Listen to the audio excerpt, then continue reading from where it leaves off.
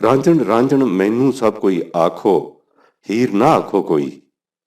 ਜਿਸ ਸ਼ੌਹ ਨੂੰ ਮੈਂ ਢੂੰਡ ਰਹੀ ਸਾਂ, ਲੱਤਾ ਸ਼ੌਹ ਸੋਈ। ਰਾਂਝਾ ਮੈਂ ਵਿੱਚ ਮੈਂ ਰਾਂਝੇ ਵਿੱਚ, ਹੋਰ ਖਿਆਲ ਨਾ ਕੋਈ। میں نہیں او آپ ہے اپنی آپ کرے دل جوئی۔ میں محبوب محبوب پکارتے خود ہی محبوب بن گئی۔ اب مجھے ہیر عاشق کوئی نہ کہے، مجھے رانجھا محبوب کہو۔ میں جس محبوب کو ڈھونڈ رہی تھی وہ مجھے مل گیا ہے۔ محبوب مجھ میں ہے، میں محبوب میں ہوں، اور کوئی خیال نہیں۔ اصل یہ ہے کہ میں ہوں ہی نہیں، سب کچھ وہ آپ ہی ہے۔ وہ خود ہی ہجر کے آزار میں مبتلا ہوتا ہے اور خود ہی اپنی دلجوئی کرتا ہے۔ اسلامی شعار اور شعائر کے خلاف بابا بلے شاہ فرماتے ہیں، نمبر 1، پھوک مسلح بھن سٹ لوٹا، نہ پڑھ تسبیح آسا سوٹا، عاشق کہندے دے دے ہوکا، ترک جلالوں کھا مردار، عشق دی نویں نویں بہار۔ نماز پڑھنے کا مسلح جلا دے، وضو کرنے کا لوٹا توڑ ڈال، تسبیح عصا سونٹا سب چھوڑ دے۔ عاشق گلی گلی کوچے کوچے بآواز بلند پکارتے پھرتے ہیں کہ حلال چھوڑ اور مردار کھا، عشق کی بستی میں ہر آن ایک نئی بہار ہوتی ہے۔ نمبر 2، پٹ نمازاں تے چکڑ روزے، کلمے دے تے پھر گئی سیائی، بلے شاہ شو اندر ملیا، بھلی پھرے لکائی۔ نمازیں گئیں بھٹ میں، روزے مل گئے کیچڑ میں، جہاں کلمہ لکھا تھا اس پر سیاہی پھر گئی۔ جس کی مجھے تلاش تھی وہ میرے اندر ہی تھا۔ دنیا خام خواہ بھولی پھرتی اسے باہر تلاش کرتی ہے۔ نمبر 3، بلیا پی شراب تے کھا کباب، ہیٹ پاڑ ہڈاں دی اگ، چوری کر تے بھن کر رب دا، اس ٹھگاں تے ٹھگ نوں ٹھگ۔ بلے شاہ، شراب پیو، کباب کھاؤ اور شراب کی بھٹی کے نیچے اپنی ہڈیوں کی آگ جلاؤ۔ تم نے چوری کرنی ہے تو خدا کے گھر چوری کرو اور اس طرح اسے ٹھگو جو سب ٹھگوں سے بڑا ٹھگ ہے۔ نمبر 4، بلیا کھا حرام تے پڑھ شکرانہ، کر توبہ ترک ثوابوں، چھوڑ مسیت تے پکڑ کنارا، تیری چھٹی جان عذابوں۔ بلے شاہ حرام کھاؤ اور شکرانے کے نفل ادا کرو، تمام کارہائے ثواب سے توبہ کرو، مسجد چھوڑو اور کسی کا دامن پکڑ لو یا ایک طرف الگ ہو جاؤ، اس طرح تمہاری جان عذاب سے چھوٹ سکے گی۔ خواجہ فرید فرماتے ہیں، جڈوں عشق فرید استاد تھیا، سب علم و عمل برباد تھیا۔ جب عشق کسی کا استاد ہو جائے تو اس کا تمام علم و عمل برباد ہو جاتا ہے۔ کہنے کو تو ابھی بہت کچھ باقی ہے لیکن اتنے پر ہی اکتفا کیا جاتا ہے۔ اسی سے آپ نے اندازہ لگا لیا ہوگا کہ ہمارے ہاں تصوف نے کیا قیامت برپا کر رکھی ہے۔ ان حضرات کا یہ کلام نہایت عقیدت اور ارادت سے مزاروں اور خانقاہوں میں ڈھولک کی تھاپ پر گایا جاتا ہے، اور پھر کریا کریا بستی بستی اس کی صدائے بازگشت سنائی دیتی ہے، اور اسے حقیقی اسلام کہہ کر پکارا جاتا ہے۔